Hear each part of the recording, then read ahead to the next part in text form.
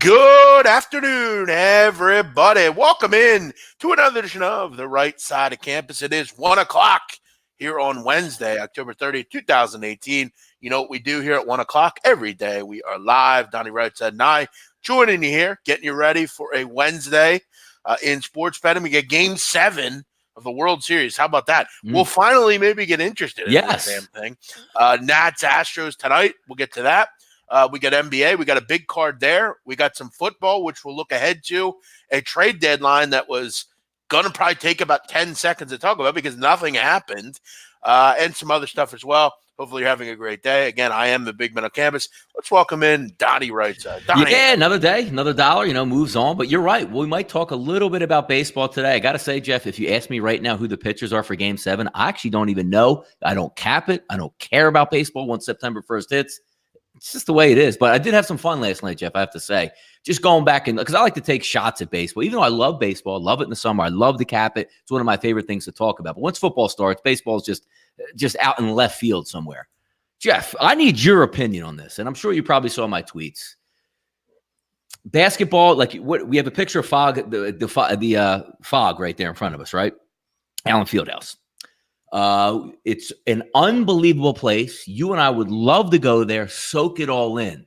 But we don't need 17-foot rims on one side, 12-foot rim on the other, and a 300-foot basketball court to be like, ooh, it's really unique. So the point I'm getting at is here, why is every other sport, I love going to college football stadiums, pro stadiums, watching NBA games, hockey, why are they all the same in the way they have their angles of their stadium, the angles of the court, whatever it would be, the same rules? Why does baseball just make shit up and just have like a carnival out there in the outfield? Why? Is there reasoning behind this? Yeah, it's a good point. I mean, I've often asked why baseball has different rules than every other sport. I mean, they also are a league where one league has one thing and the other league has another. So, in one league, a pitcher doesn't have to hit, and in the other league, it does. And it's I've never seen that. It's like saying, in soccer, okay, one team's going to have 9 players, the other team's going to have 11. It doesn't make any sense. It's backwards. Yeah, I agree. I mean, I think it's odd. So basically you're saying, a team like the Yankees, their dimensions are quite small. Yeah. Petco Park, it's a good point. I mean, everybody has the same statistic. Forget about the Colorado, because that's just elevation, right? Don't you think you would want to have a modicum of even statistics? It's 330 down the line, 375 in the gaps, 400 in center field. So when somebody hits a home run, it's equal throughout baseball. There should be a median. Yes. What happened last year, Jeff? You play the Golden State Warriors and be like, watch for this year alone. We're going to put the 3-point line 45 feet from the basket, and we're going to beat the Golden State Warriors. What? Yeah, I mean, we've talked about Tropicana Field ad nauseum at the ridiculous dimensions of that place. Yeah, I don't get it either. That's a good point by you. Houston's stadium is very odd as far as the Crawford boxes and that. Jeff, you're hitting home. You're if look you at hit a green green. Yes, but even that. Let's just talk about Houston last night in left field. Should there be any circumstance where you're hitting a ball off a brick wall that has to cross a line? It doesn't even go in stands or out of the ballpark.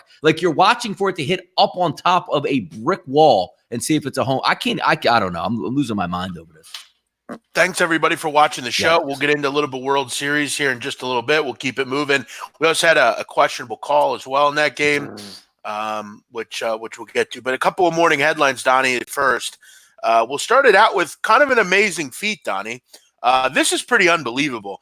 Nepal, Donnie. Nepal. It's a country in Asia. Yep. A 36-year-old Nepali citizen became the first mountain climber, Donnie, to summit the world's 14 highest mountains in just over 6 months. That's unbelievable. In fact, only a couple of other people have actually done that, and it's taken them several years to complete, Donnie. That's pretty unbelievable, isn't it? No, it really is. It's like when you read about the guys doing he just did 22 straight marathons. It's not so much we say oh my God, that's pretty easy to do. It's the actual physical trek of doing it. It's not like you just take a plane up there, Jeff, and they put you on the top of the hill. Hey, I made it up top. You have to be in physical, unbelievable shape to do this. Why you would want to do it, I don't know, but Crazy. Well, Donnie, I actually found some of the most amazing superhuman sports feats. Yes. Yeah. All right. Okay, so this one, Roger Bannister became the Yeah. first man to run a mile in less than 4 minutes. Unbelievable. He did so in 1954 with a timer mark of 3:59.4. That's pretty unbelievable. It is unbelievable. Wow. If I train, let's just say I trained for like a year to do this, 6 my lung minutes. my lung would explode when like it's literally what is the equivalent, Jeff? You're in a full sprint for a mile straight. How do you do that? Yeah, I mean a mile. I mean, when you think about a mile, it look, it ain't easy. I mean, Wow. Donnie, how fast did I know when I was in high school, Donnie? It took me like I ran the mile this was in high school. I mean, that's 13 years ago Yeah. almost. I ran a mile in 9 minutes and 40 seconds. Yeah, like under sevens. I would say like maybe 6 minutes. But you're talking. What about you? What would you run a mile in? I don't. I could do. Now, see, I don't want to quote it wrong because I don't remember. But it was somewhere in the 6 range. Like once you go, I'm a light guy. Yeah, Donnie. I'm a pretty light guy. Over 6 minutes, like 6 In minutes. a mile in 6 minutes. I think so. Yeah. No, not 6 minutes flat. I'm talking like high sixes. Okay, like towards 7. Yes. Okay. Yeah. No, I'm not. But I'm saying like you could do it, and if you really push, but like it's almost like a barrier where like anybody knows who's sprinted. Like if you played football, running for 100 yards by the 80th yard you run, you're slowing down. It's unbelievable. Yeah. It's unbelievable. No, I think the mean average in my class was like 9 minutes. Like, a lot of people, we're not in shape. You're not in shape, really, I guess. Like, you can run, but it's like after a while you get tired. You run like a half mile, you get tired. Another one, Donnie. This was in 2012. Do you remember this? When this dude, Felix Baumgartner, basically got into a small capsule and ascended far above the earth. He was the first. Oh, he jumped out. It was like a Red Bull thing, right? Where he jumped out of space. Yeah. He was the first human to break the sound barrier without engine power. Yes. Yeah, that was actually fucking scary, to be honest. Yeah. This guy, Donnie, Bob Beeman, in the 1968 Summer Games, he jumped. He was looking to jump in the air. He came down 29 feet 2 inches later. Yeah. Long jump, right? Yeah, it was a long jump. Yep. Wow. One other one, Donnie, Gertrude Ederle. Oh. She swam the English Channel. Yeah, that's a crazy one. Like that would just scare me to death trying to do something like that. 20 miles. And it took her 14 hours and 31 minutes, which was the fastest. I get nervous when like the lifeguards at the shore like swim out to the buoy because they have to do something at her. Like I get nervous by that. Yeah. Also, Tony Hawk, Donnie, became the first skateboarder to pull off a 900, 2.5 mid-air spins on a skateboard. Did he do it in Philly? I think he might have did it at the X Games Philly a long, long time ago. I'm not sure, but he also did it at 48 years old. Jesus. That's pretty unbelievable. Yeah. Crazy sports feats. What's the most crazy sports feat in like our sports, like major sports? Like in what way though? Like I don't know. I guess it would probably be like Will Chamberlain, right? 100 points. Yeah, 100 points would be ridiculous. Or maybe Gretzky's, like 212 points on the season. Like anybody gets like 80 points, 60 points now gets paid like a max contract in the NHL. And Gretzky's out of getting over 200 points a season. Yeah, there's definitely some interesting ones, but they're not ones that like Joe DiMaggio, 56-game hitting streak. That ain't never going to be beaten. No. All right, let's move on here. A couple other things today. What else do we have? Game 7, Donnie. We had Game 6 last night. The call to throw the runner out. Again, I'm not really understanding what is the runner supposed to do there.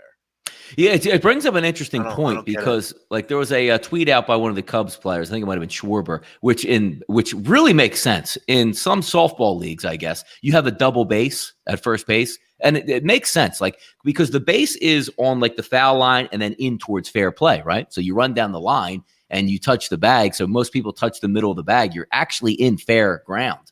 But if you have the double base, Jeff, where you can run side by side, the first baseman can have his first base and you can have yours, would make a lot more sense. That might be true, okay, baby. But in the World Series, you can't make that fucking call, okay? The runner didn't do anything wrong. He didn't run out of the base path. He didn't. He was running. There's nothing else he can do, Donnie. That's like a flagging a guy for making a tackle in the NFL. It's the same thing that everybody does because he does run in fair territory, which you can't do But every single person is taught from when they're 5 years old on a play that way. You start in on the fair side of the field. So you don't give the catcher or the third baseman or the pitcher an angle actually to throw because you actually hope you get hit. But you wind back. The only thing that really matters is when you wind back in that last third of the baseline and get back on your side so you don't like run into the first baseman. But the problem with Major League Baseball, it's much worse than football. It's much worse than basketball, where they always stick to the umpire side. So even if a guy was closer or saw it, as long as the one guy called it, everybody backs him up. And I thought that was what instant replay was for. I'm not even sure, Jeff, I was seeing on Twitter when it was going on, they were even allowed to actually challenge that play. No, but if you're going to do it and challenge it and get it right, nobody would care. Even if you couldn't challenge the play, as long as you get it right. Joe Torre said that they were checking on it because of a game in this match. Listen, how about just not make that? How about just not make that call? This is actually a good point here. This comment, I don't understand why the first base umpire couldn't make the call. That's a good point because they don't overrule each other. That's the baseball umpire credo. That is their credo. I made the call. Everybody get behind me like we're boys and don't worry about it. That's what's ridiculous. I'll be honest. I'm surprised this doesn't happen way more.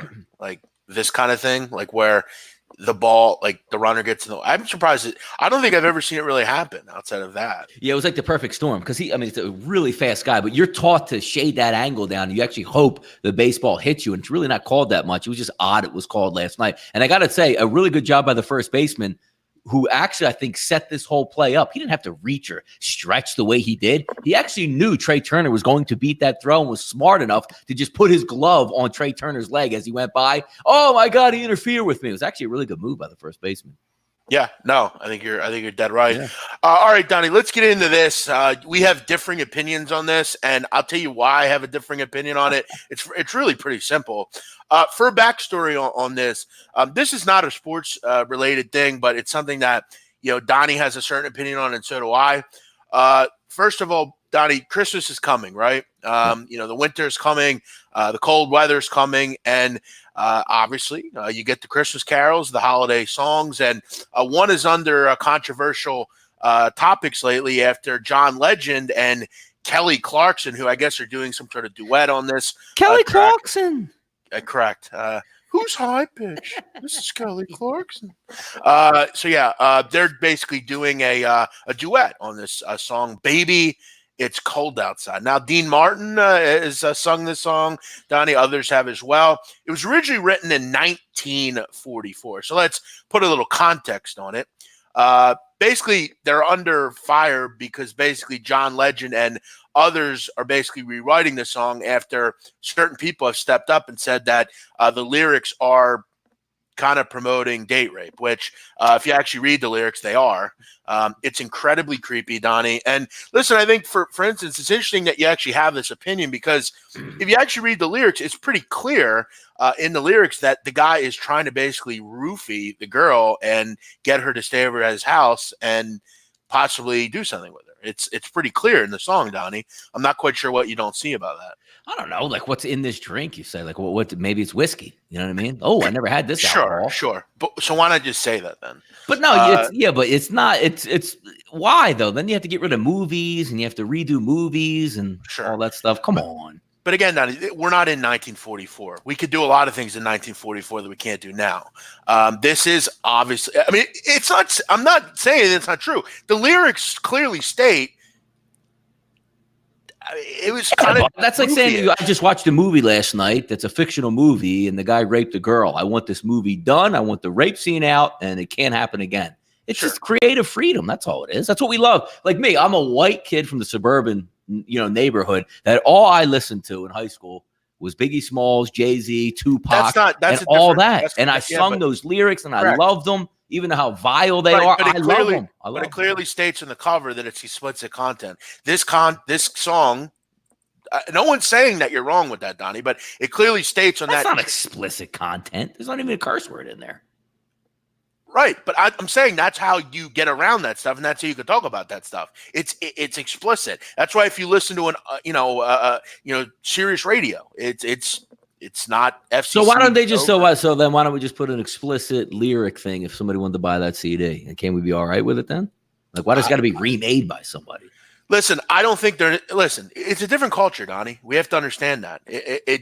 No, it's not. It's not. It's the same culture. Like just rewriting like history. Like I would never want anybody to go touch, Biggie or Jay-Z lyric. I mean, I just got in the car yesterday. You hear like Michael Jackson's Pretty Young thing. Like the dude has been known to mess around with pretty young boys. Why didn't John Legend rewrite that song? No, listen. That's where you get into different things. Yeah. I heard the other night, Donnie, Ignition came on. R. Kelly.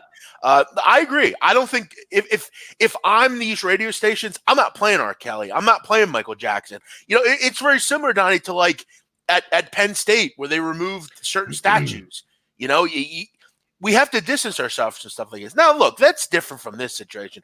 It's not a lie, though, Donnie, that some of this stuff, it is. Yeah, but it doesn't need to be like, you don't have to play it. Like, it doesn't have to be rewritten. Like, look at me. I'm going to rewrite this song and be like, baby, it's cold outside. Baby, if you're 21, you can drink. Like, come on. Who cares? Well, I would have been fine. I would have been fine if someone's like, you know what, this song is real sexist or whatever. Well, and I don't like it. I'm like, all right, that's cool. But the whole like, let's rewrite it and let's strike this one, and we're going to use this one going forward. Like if I hear John Legend and Kelly Clarkson sing this song, I'm like, what's going on here, man? Well, I mean, Donnie, it's no secret that date rape is a major problem. Listen, you can't though. You can't go through that. Like I sing some lyrics that my wife's like, the hell are you singing? Because they're some of my favorite lyrics. You know what I mean? Correct. But again, it's freedom of expression. It clearly states on the front of those CD covers that. But nobody's rewriting it. I don't care. Slap a parental advisory on Nat King Cole's CD or whoever it was. It doesn't bother me. Okay. Well, listen, I get it. But again, we're in a different culture now where everything has to be talked about and everything has to be brought into light.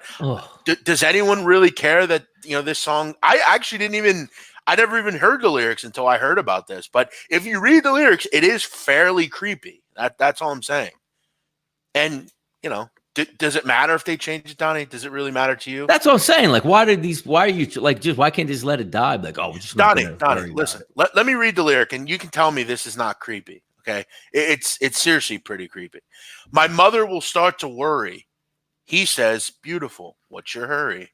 My father will be pacing the floor. Listen to the fireplace roar. Mm-hmm. So really, I'd better scurry. Beautiful. Please don't hurry. But maybe just a half drink more.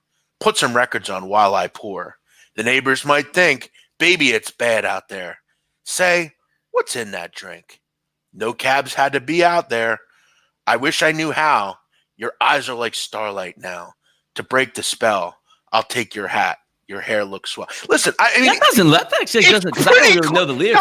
Come on, yeah, but that's every single guy throughout his entire life that's digging on a girl and was like, yo, you don't got to go yet. It's not that early, man. It's not that late. But again, Donnie, there's two different times where the girl says, I'm probably going to leave. Yeah, she's really saying, Donnie, and he says, no. Have another drink. Nah, so she's testing you. She's like, I hope he tells me to stay. I don't want to invite myself. I hope he tells me to stay. Look, I think I got to go. Nah, baby, don't go. Like, all right, good, I'll stay. Listen, all I'm saying is the foreshadowing is he's trying to get her drunk so she passes. That's what it looks like to me. I don't know. It's like, yo, relax. I'll pop a bottle. We'll chill out on the couch. Sounds like a good night to me, man. But nowadays, Donnie, you can't do that shit. Yeah, but come on, man. Like, come on. That's chivalry right there. Like, yo, baby, it's cold out there. Listen, Donnie, I don't know if you've heard. Chivalry's fucking dead, bro. Okay? It's like, what do you do on like a cold night? Like, you pass around like the flask. Like, oh, warm up, baby. Take a little sip of this. I hear you. But you can't do that shit anymore. Because chicks don't know where they are the next day. They're like, oh, whoa, what the fuck? All I'm saying is it is kind of creepy. That's all. I mean, look, it can be as creepy as it was. I don't care about creepiness like in that. Like that's the dude's song that he wrote. Some people like it, some don't. Hey, let it be. Like Jeff, would you be outraged if some country singer was like, we're going to redo One More Chance by Biggie Smalls because I really don't like the lyrics. You'd be like, dude, get the hell out of here. Listen, Donnie, I've talked before. The music I listen to currently is some of the most violent. Yes, me. I love it. Look again, me. Like I'm the white. Like you said, this guy's 42 and he loves to listen to R&B from the 90s continuously on loop. Like if my wedding would have had like Jodeci, like my wife would have slapped me. Like, oh, what's wrong with that? Like Jodeci should be one of these songs in here. Donnie, one of my favorite songs of all time is "Holiday" by Styles P. And in that song, Mm-hmm. Styles P says this: I get you kidnapped and raped and thrown off a roof. You can nod your head to this like it's only a rap. But when these bullets hit your ass, I'm like, it's only a gap. I need a funeral to feel good. I'm hoping it's yours. Think he religious? Heard he got shot in the cross. Holiday Styles, bitch, I broke most of the laws. Listen, that's the kind of shit I like. Yes. But the thing is, there's a reason why Styles P, like all that shit, when I saw it on the CD, it's his parental advisory, explicit content. That's what protects them. And that's not relatable to this.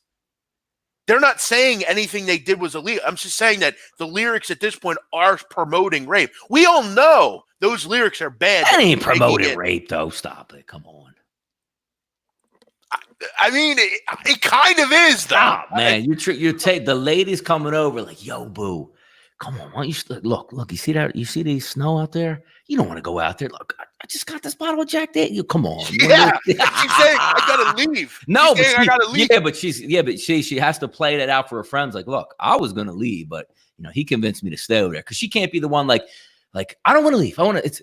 It's snowing outside. I don't want to leave. Can I stay here, please? No, she's like, you know what? I gotta play this a little bit smoother. Like, I really should go. No, baby, no. I hear you. I'm just saying. Let's just put it this way, Donnie. You, in this stage, can't do shit like that. Look, I'm just saying, though, but that's like the player's playbook right there. Like, look, if I can get her to my house, put the moves on, crack it. Look, he's probably even put on the equivalent of the back in the day Jodeci, right?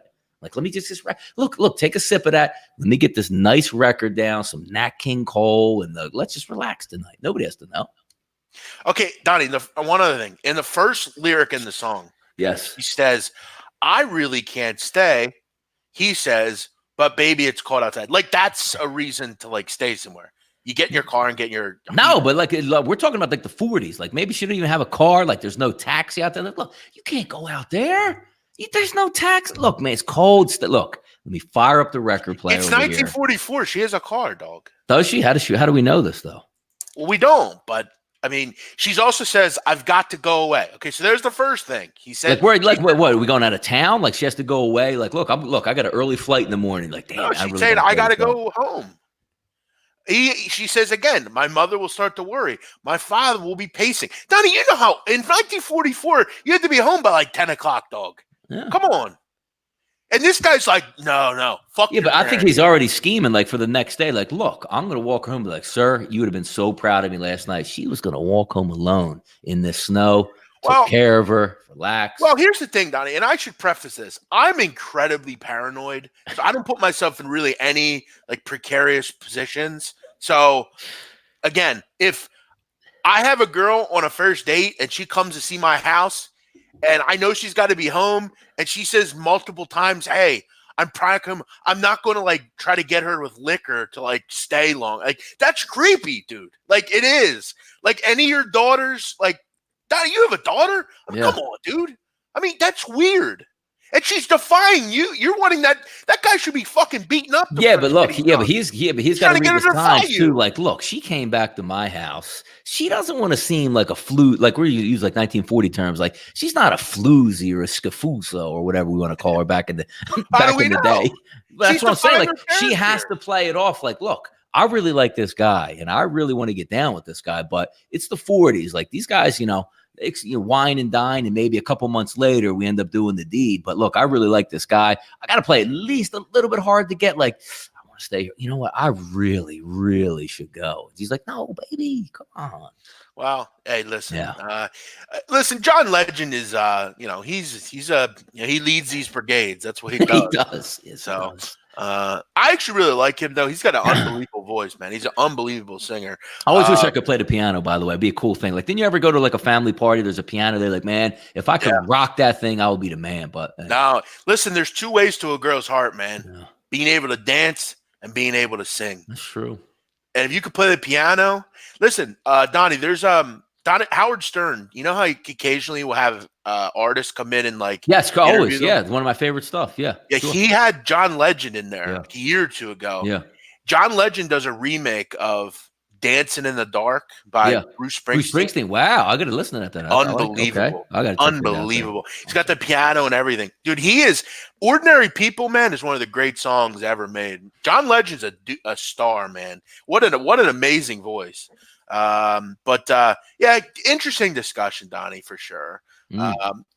Just admit that the lyrics are. No, I'm not going to admit they're because I think the guy. They are, dude. He's trying. This is the 1940s way of trying to lay it down to a woman, which we think is creepy today. Should I call my dad and ask him what he thinks of this? Your dad would love it. He would love the combo. He'd be like, you know what, that song. Look, I Met Your Mother. We played this song. Yeah, he wouldn't. He would be on your side here. You know what? Just for that, I'm going to say, you know what? We got to play this at the Christmas party, and we got to get we got to go around the table. You get the camera out, Jeff. We'll go table to table. Do you think the song's very disrespectful? Well, I mean, all these people in this chat agree with you, but they've all made it clear they're pretty. I'm not. Yesterday people were laughing about stuff that they shouldn't be laughing about. Look, man, Juke says, "Look, black chicks give it up for Chinese food, dead ass, man." You know what I mean? Is that true in your neck of the woods, Jeff? I mean, that's just incredible as far as the lack of. I mean, it's just weird. Like, all you guys are creepy. Like, it's creepy shit. And that's probably why most of you are, are virgins probably. I mean, it's creepy. These lyrics are creepy, dude. It's not that fucking difficult. I mean, especially in the 40s. It's like, dude, this guy's like trying to get this chick to defy her family. That was game in the 40s right there, Jeff. That song is laid out to play it out right there. Okay. Well, date rape is a problem. Make sure you don't ever leave your drink somewhere, ladies. Okay, gotcha. All right. Let's move on here, Donnie. Tonight's game 7. Listen, there's no way I'm not taking Max Scherzer as an underdog, right side. I mean, I'll gladly go. Do we know about the neck? Do we fully know about the neck? Like, I think I'm the neck is overblown. Neck. Max Scherzer is an animal, dude. I don't care about no neck, dog. Yeah. Zach Greinke, I'm just not laying one. You see, now I think there's a bias. I think there's a bias towards Greinke here by you. Right, because he's got anxiety. Now, see, so now you have to play two things into it. Like, if you have anxiety, Jeff, what's the one game in Major League Baseball that might give you the most anxiety if you were a pitcher? Game 7 of what? The World Series. That's what I'm saying. All right, you're gonna give me Max Scherzer as a fucking underdog against that guy? Okay. I mean, seriously. And how about a first five? Like, Washington on the run line. Probably be like what, -130, but you get like a half run.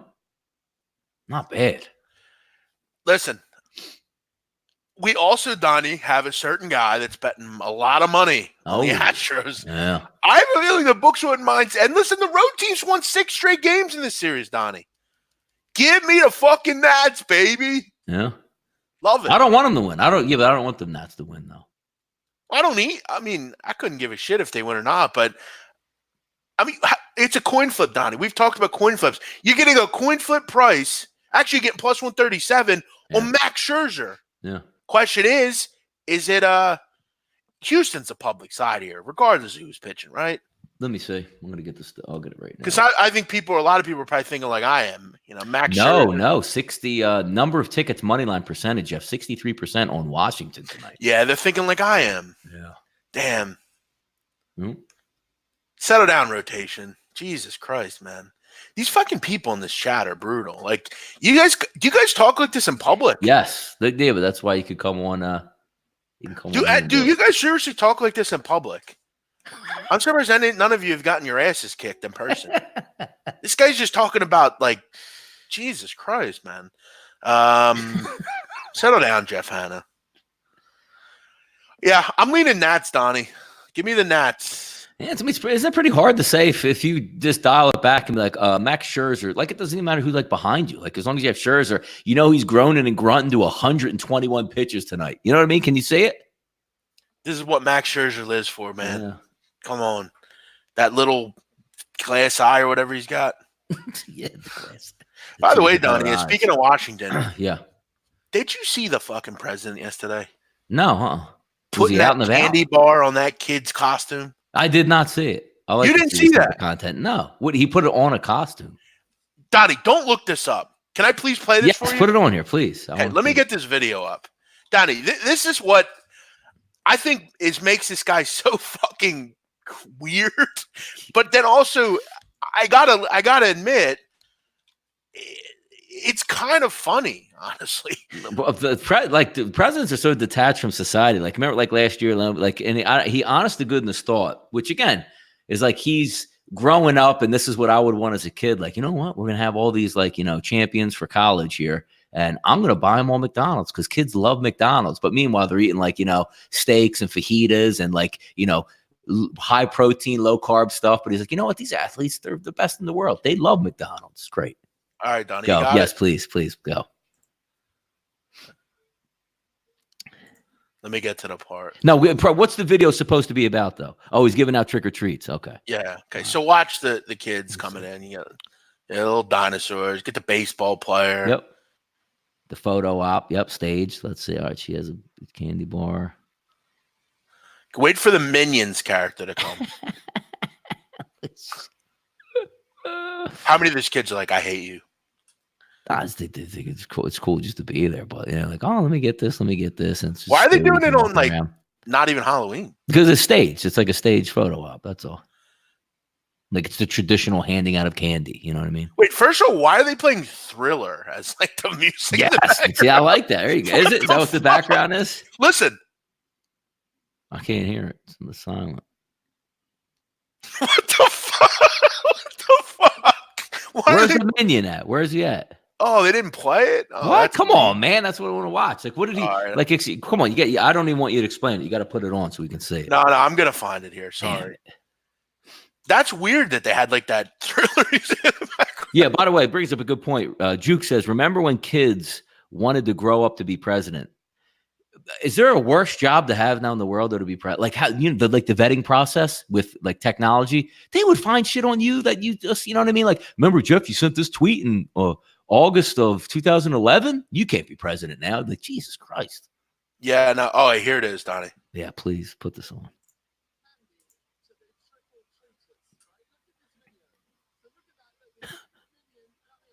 No, he didn't. Watch. Does he have a basket? Like, what the that's pretty good. Oh, that's good. Here, let me just put this bad boy on your head. Let's man. watch it again. That. Like he does have a bag too.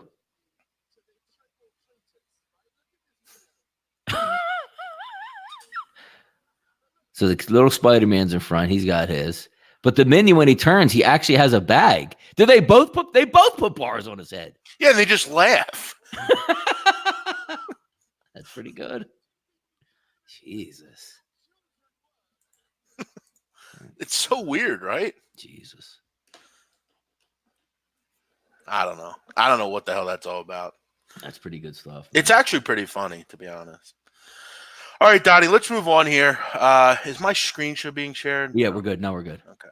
Let's move on here to the next thing. What do we Donnie, trade deadline yesterday? What the hell? Nothing happened. You know what's interesting about it too? Because you remember the NFL was starting to build up the past like year or two, like we got trades now. And they put a whole special in and dedicated like, the entire day on ESPN to the trade deadline and got nothing. I guarantee you right now, Roger Goodell is sending memos to all 32 teams going, don't ever pull like a stunt like that again. Like this is a promotion for the league. Like we need to promote and everybody's getting excited and rightfully so. One of the biggest days in all the sports, Jeff, every sport except football is the trade deadline. When your team is looking to improve and go forward, how do you improve fan interest? Get another star player on your team, get another player to help your team and everybody gets excited. And even if you're that shitty football team, you know what you get excited about? Yo, man, we just got a second round pick for that guy. I can't wait for the draft next year. I guarantee you for the NFL to move forward, they're going to strip the comp picks away that says, well, if I trade him today, I'll get a third rounder, but 2 years later, I still might get a third rounder. If you take the comp picks away, you will have an awesome trade deadline. That has to go away.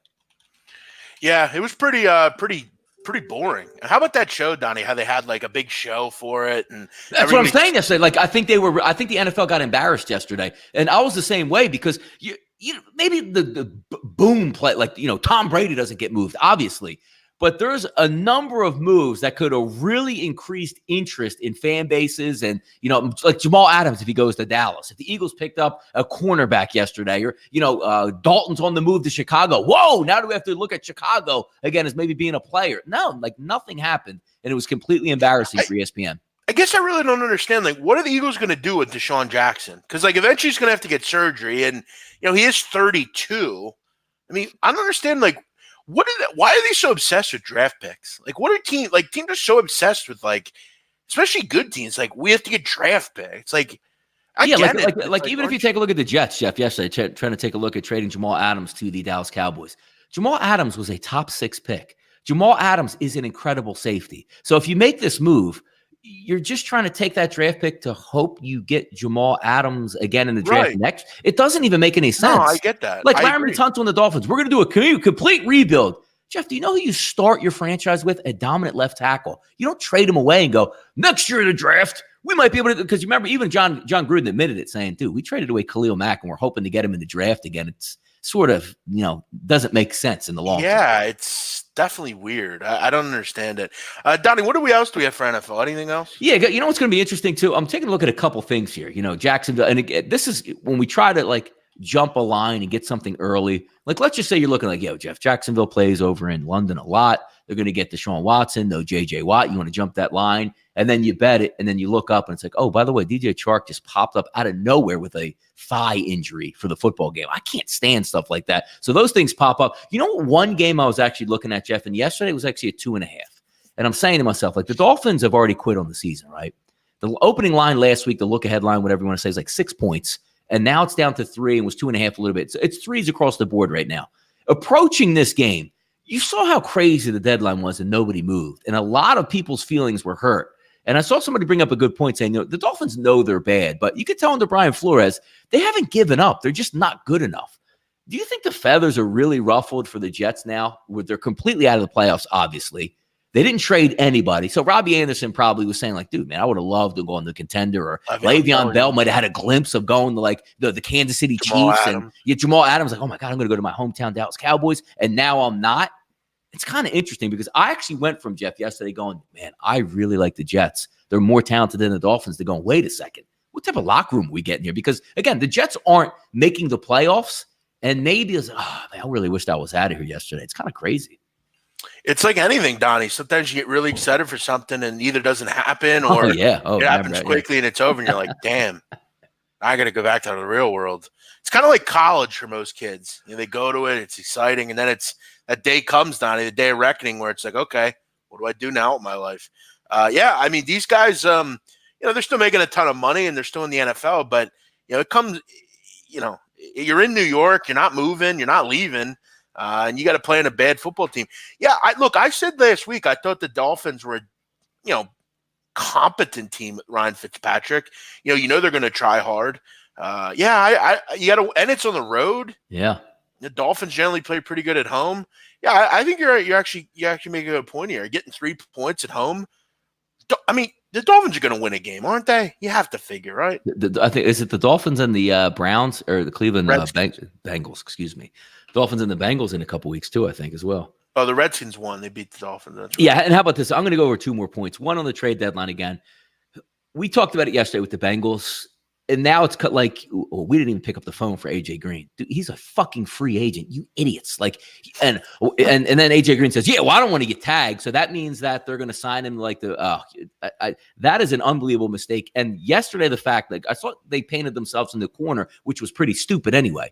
If you're going to not play Andy Dalton the next week, right? Don't you keep it on the down low and call up the Bears like, yo, like we're not going to, we don't want to do anything, but are you interested maybe in Andy Dalton out here? Maybe 4th round pick, 3rd round pick, knowing that he's not going to be a part of your future anymore. What do the Bengals do? Nah, you know what? We're just going to keep him as backup. Like, we want to get a look at the other guy, but he's fine as a backup and make no moves on a team that hasn't won a single game. Jeff, the number 1 rule for the Cincinnati Bengals the rest of the year for their franchise is what? What would you say it is? The number 1 what? What's the number 1 thing that the Cincinnati Bengals should be worried about through the next 8 games of the season? Nothing. Exactly. Losing every single game they can to get the best pick they can. They're unbelievable. Talking about AJ Green, I'm going to come back. We're not going to be 0-8 when I come back. That's fantastic. You get the 5th pick instead of the number 1 overall pick. The one game I do want to look at. I'm actually hoping he does come back. Then I can bet the over in there. No, yes, he's coming back. Hey, Donnie, let me ask you the question, and I want to comment on this. Would you have given a number 1 pick for Jamal Adams? Yes, and I'm going to tell you why. Because the Dallas Cowboys would win the division. They would end up with the 28th pick. And the Cowboys have been trying to find a safety like this for years. Earl Thomas. Okay, listen. In 2.5 years, Donnie, okay, we're at through half of a season. Through 2.5 years, Jamal Adams, who's 24. Yes. 212 tackles. Yes, and what was the key thing you just said? He's 24. He plays safety. And they have a longer longevity than cornerback. So theoretically, you would get Jamal Adams, a Pro Bowl safety at 24. He'll play when he's 25, 26, 27, 28, 29, 30, 31, 32, 33. That's too much to give up a 1 and a 2 for that guy. 11 years. And you're just going to go draft a safety anyway. Safety anyway, correct. And it's going to be what, Jeff? Theoretically, if Dallas plays well the rest of the year, not getting it's the 27th pick. Right. Yeah, you're not getting Grant Delpit. Yep. So what the fuck are you doing here? We can't give that up. That's way too much cost for that. We'd rather get Jeff Heath back here on a nice salary. Yeah, Barry Church. All right. Couple other things here, Donnie. Last night, Anthony Davis, 40 and 20. He did 40 and 20. What was it, like 26 free throws? What was his free throw? But he did it in 3 quarters. Yeah. That's pretty unbelievable, man. A lot of people talking MVP this year for Anthony Davis. I don't think it's a bad bet, to be honest. I mean, He's going to get hurt, though, right? Yeah, I mean, that's what you're kind of thinking, right? Yeah. You know, I always get fucked up by this. I see on Anthony Davis's Wikipedia it says wingspan 7'6". I thought it said height 7'6", and I'm like, wait, Anthony Davis is 7'6"? No, he would just kill everybody. Yeah. If he was 7'6", he'd kill everybody. So he did it in 31 minutes. That was the fewest minutes played to achieve that. That's pretty unbelievable. No, it is. He's talented, man. The team's talented. We'll see, though. Through 4 games, 29 points in 33 minutes, 12.5 rebounds a game. Yeah, and that's impressive stuff, man. But Stephen A. Smith, Donnie, does not care about Anthony Davis's 40 and 20. Gotta love him. Yeah. All right. A couple things, Donnie, before we go. Unless you have something to bring up, make sure you go check out, guys, my college basketball previews. I'm doing this because I think it's a great way to obviously for a lot of people to get familiar with what's going on in college basketball. For me, it's a great way to get it in my mind and have it imprinted in my mind. I hope people check them out. I did 5 already, Donnie. I did all the A conferences and at 1B conference. I've done the Big 12. I've done the ACC. I've done the Atlantic Sun, which I know is near and dear to your heart. Oh, beautiful Stetson, baby. Come on. Who actually will be a bit better this year. Ooh. Surprisingly, they have a new coach and some exciting talent coming in. So, it's going to be a fun season of college hoops. We got all 353 teams. We even have a new team, as I said the other day. You can bet on all of them, Donnie. You can bet on every team. You know, no, you can't bet on this. You can't bet on that. Just check it out 5 minutes before games. Exactly. And you're going to put out, and I'm going to put out 5 previews a day until the season starts. So I'll put 5 more out today. We'll get into the Big East. We'll get into the Big Ten, Conference USA, and a couple different ones. Donnie, what else do we have today? Anything? Any buy or sells? Any exciting things? Not have any buy or sells. I like the one last, but I'm telling you, like we look at this card for the NFL and you say, if we get Mahomes back, that's a pretty good matchup, Minnesota and Kansas City. Of course, me and Jeff are going to be invested in the Philadelphia game, but in Chicago, but nobody else is going to be. That game on Sunday night is so awesome. And did you see Jimmy Smith coming back now, says he's back for that game to go along with Marcus Peters? Baltimore's going to be hell on wheels in this football game, man. And I agree with the line movement. 4s, 4.5s, they're gone. 3.5s now with juice. 3s now showing up across the board. Baltimore is going to – and when you look, Jeff, when we talk about those, who do you play, who do you not play? And Cleveland killed the Baltimore Ravens. You can't look at it like that. But the one thing I look at is there hasn't been one single competent offense that has played the New England Patriots this year. And even when they do get something you got some weapons on Cleveland. It's pouring rain and, windy conditions. You're actually going to get a full blow this week from the Ravens, and they're rested and ready. That game's going to be fun. I got to admit, I'm looking forward to it. I will admit, I've already bet Baltimore plus 160 to win the game. I love this team. I'm telling you, you give me Jimmy Smith back, that'll make it even better. Mm-hmm. I love Lamar, baby. Lamar Jackson. Yep, no Donnie, slipping around this weekend. Let's see what happens. One game that I have intrigue in, Donnie, is Oakland, Detroit. Talk to you about this one. Yeah. Oakland's a fun offense to watch. They move the ball. They love to throw it downfield, which is interesting to get it to Waller. Tyrell Williams back. They got a good running back in Jacobs, a good offensive line. Derek Carr's looked pretty good, Donnie, this season. Against Detroit, we know Detroit just aren't very good on defense, Donnie. I mean, you talked about it. What's Darius Slay's thought process now? We know what the Lions want to do, Donnie. They want to throw the football. They don't have much of a run game. 50.5 seems a bit too low in this game. No, you're right. And listen to this, though, because, again, when you talk about styles, and me, like, I laughed at Oakland. If you put their game tape on, they didn't have very many opportunities last week and still punched it right into the 20s. Look at the teams they played and the styles of the teams that they played over the past 5 games, Jeff. They played Minnesota. They played Indianapolis. They played the Chicago Bears, the Green Bay Packers, and then the Houston Texans last week. They're scoring outside of the Minnesota game, they got 14. They're scoring, and that's when they were all banged up without their offensive line and without Tyrell Williams. They're completely – they lose Hudson at center, which is a key ingredient here. But they have everything you need to score this week. And the bonus that you would get is Slay goes, you know what, I'm not quite there yet this week. You should get some points. And I brought it up yesterday on a couple shows, Jeff. You're no longer having to play on the baseball diamond in Oakland. You're not kicking 45-yard field goals off the dirt that you're going to miss. This is going to be a nice slate this week to play on. So another bonus. Yeah, exactly. And that's kind of where I'm looking at. I mean, some of these overs just look kind of easy, to be honest with you. That's definitely going to be one I'm looking at. A couple questions, Donnie. Why is Pittsburgh a 1-point favorite against Indy? They're not anymore. It looks like it's flipped over to Indianapolis, and I agree with it. Because if you're watching the Steelers, we know the Steelers have a good D, right? Indianapolis can play down to anybody's level, speed of the game. They're going to be well coached in this game. They're going to be able to move the football. But I'm not so sure that on the opposite side, because you look at it, like, let's just say if you could take, Rocky Sin out of the game last week and put this year in. They might win that game comfortably with how many first down penalties and big time penalties he gave up. That's not going to be the case this week. I think Indianapolis can win that game outright. I do. Donnie, couple questions from college basketball ranks. Yes. Taylor H., I hope the Razorbacks can make the dance. Listen, I don't see. Yeah, and they have a new coach, Eric Musselman. And let me tell you something.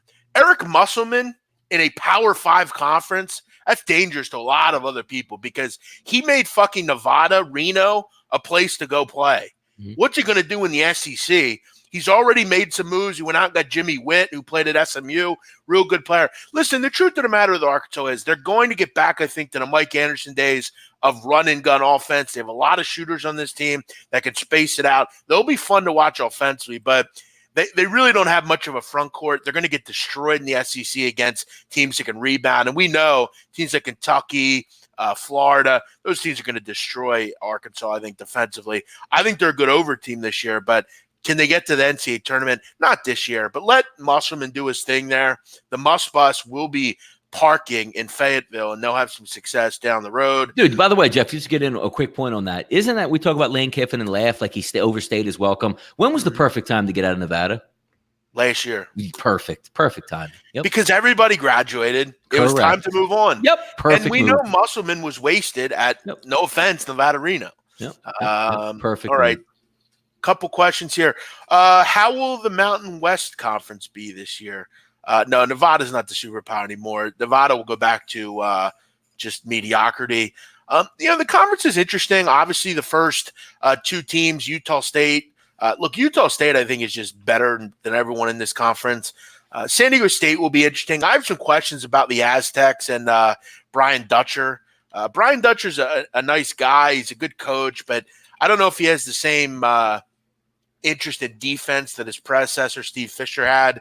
But to answer your question, no, Nevada is not a team that I think anyone really is real concerned with anymore, especially with the movement of Musselman.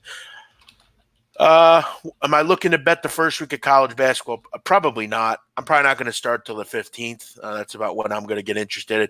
I'm not going to not cap the games, but Donnie, we all know those offshore tournaments can be touchy. Yes. Yep. Banquet halls, Jeff. Playing in banquet halls, man. Why are there conference games already next week? Yeah, because that's how some of the conferences schedule them. Do I like UTEP with all the newcomers? Yeah, I've gotten a lot of UTEP questions, which I'm not really sure why. UTEP is People just want to get down to the Don, Jeff, and watch some games down yeah, there. it's Come odd. on. I mean, Rodney Terry's got a new group of newcomers, a lot of transfers, but transfers can be good. They could be bad. There's a lot of cohesive problems generally. Look, it's all about West Kentucky for me in the Conference USA. I love that team. Donnie, you remember Lipscomb last year, right? Yes, correct. Yeah. Do you remember that point guard they had? Black kid, Kenny Cooper was his name. No, I don't actually. Okay, you don't remember him. Mm-mm. He transferred to West Kentucky. And listen, here's why West Kentucky struggled last year. They had a two-pronged problem. They turned the ball over too much, and their point guard was in and out of the lineup. The coach didn't like him. It was just a lot of animosity between him and the rest of the team. It was kind of negative energy. They lost a lot of games that they should have won. I think a lot of that's going to change. I like West Kentucky a lot, and they have a pro player in the middle down there in Charles Bassey. So look out for West Kentucky. They're actually, Donnie, one of the teams that I believe can go make a run in the NCAA tournament. What else do we? Anything else? Kawhi's not playing tonight. Okay. Well, already you know what? Already too much stress. This is how sharps are great, man. Because Donnie, that line was around a pick 'em earlier today. Yeah. It slowly moved up, and you're wondering why is Utah a favorite? Why is Utah a favorite? It's up to 3.5 now. Now we know why.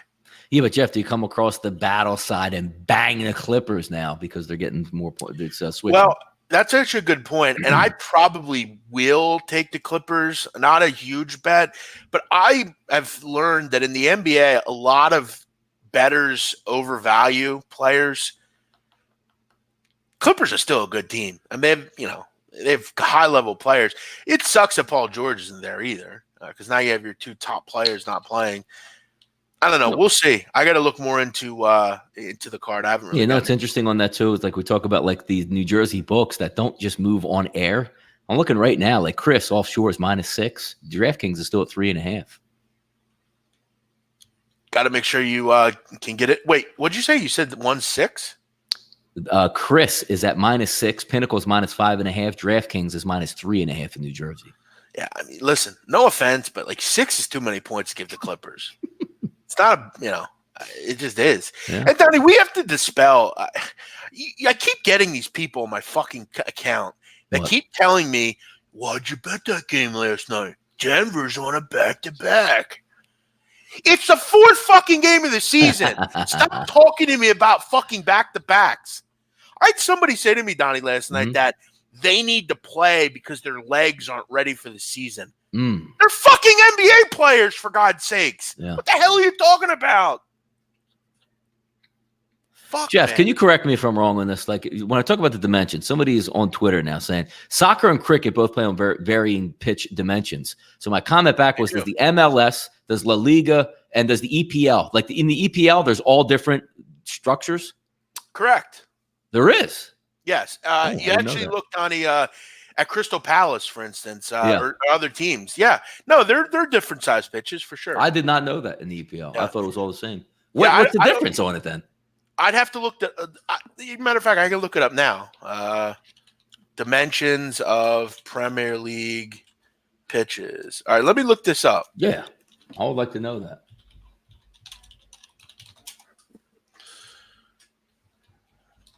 Let me see here. Most professional leagues follow similar standards. The England Premier League expects its clubs to have pitches as close to 105 by 68 unless the stadium is too small. Tottenham's White Hart Lane, which is now defunct, they don't have it anymore. It's been knocked down, was one of the few stadiums that had a smaller pitch. Let's see here. I want to say Crystal Palace has a small pitch.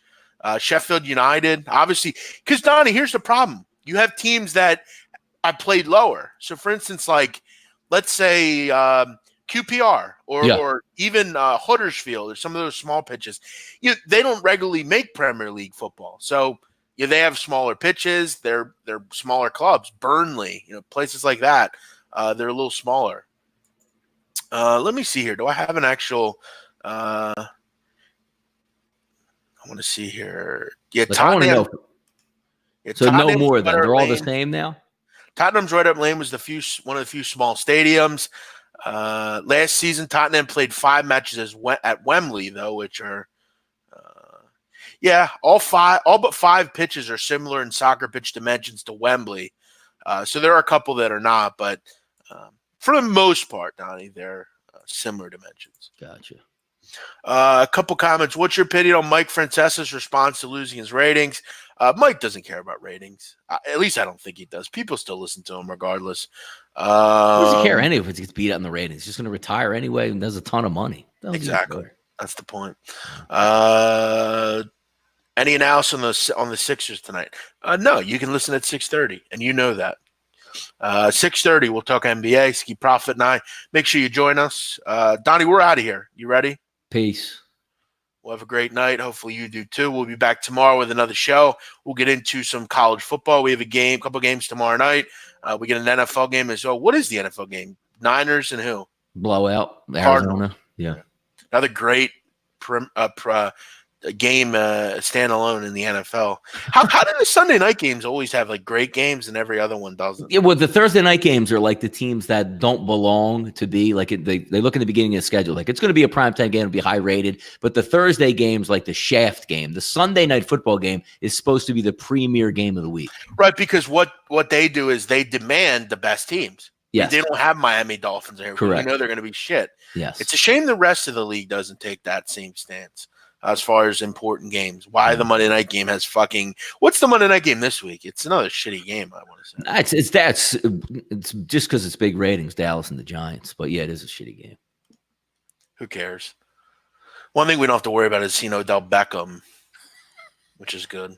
Jeff, how do you feel about him trading cleats at the end of getting his ass kicked in his game with his GOAT cleats? Is it true Tom Brady threw them out? No, he probably didn't throw. Tom Brady's usually pretty cool with stuff. That must have been a doctored video. No, it had to have been a doctor. It's pretty funny though that to be honest, like Odell Beckham probably was waiting for that moment. Couldn't care if they won or lost, but was like, you know what? I got to make sure I get these cleats over to Tom to get all these pictures taken.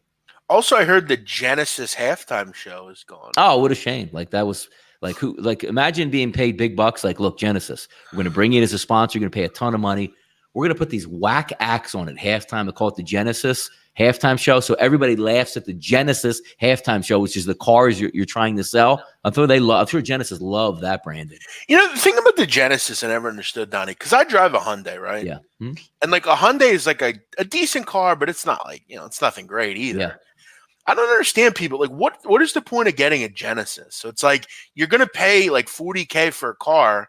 Why are you going to get a fucking Genesis? Yeah, yep, you're right. No, like it's a weird car. Like it's a sharp car. I mean, it looks like a fucking Maybach, but like even exactly that's the thing. Like if you actually said the same exact car that was made the same exact way, and you put one as a Genesis and one as a Maybach and priced it accordingly, people would always just buy even if the Maybach, Jeff, was 80 grand. Let's just I know it's more than that. 80 grand and the Genesis was 40 grand. People would still be like, and it's the same exact car, but just a different tag on it. People would still buy the Maybach. No, it's like back in the day, Donnie, when people would get Chrysler 300s and put the baby Bentley. On. Yeah, sure. Yes.